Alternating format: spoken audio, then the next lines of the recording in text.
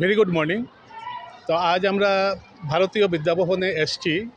আর main কারণ হচ্ছে যে আমাদের introductory session on weather and climate, এটার জন্য আমরা অ্যাকচুয়ালি ইন্ডিয়া মেট্রোলজিক্যাল ডিপার্টমেন্ট 1875-এ যাত্রা শুরু করেছিল। বহু বিবর্তনের মাধ্যমে আজ আমরা 150 বৎসর পূর্তি উদযাপন করতে যাচ্ছি 15 জানুয়ারি।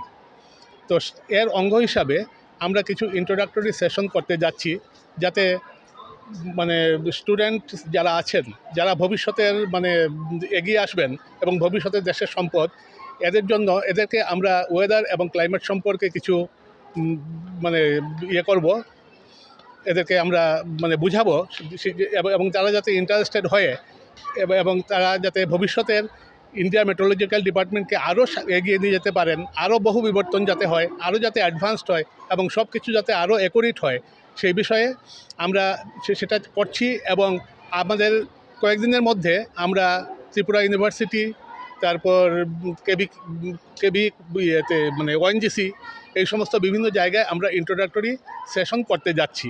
পাশাপাশি আমাদের অফিসেও আমরা কিছু ওয়ার্কশপ করতে যাচ্ছি, এবং আমাদের যে মেইন অফিস মৌসম ভবন নিউ দিল্লি, সেখানে 14th এবং 15th বড় উৎসব হচ্ছে, এটা নিয়ে 150 ইয়ার্স উদযাপন নিয়ে, এবং পুরো ইন্ডিয়াতেই আমাদের সেটা হচ্ছে। এবং আমাদের যে স্লোগান, আমাদের যে মিশন, সেটা হচ্ছে যে আমরা এখন ডিস্ট্রিক্ট লেভেলে ফোরকাস্ট নিয়ে যেতে পারছি, ভবিষ্যতে আমরা পঞ্চায়েত স্তর পর্যন্ত নিয়ে যাব, এবং আমাদের বাণী হর হর মৌসম, হর ঘর মৌসম।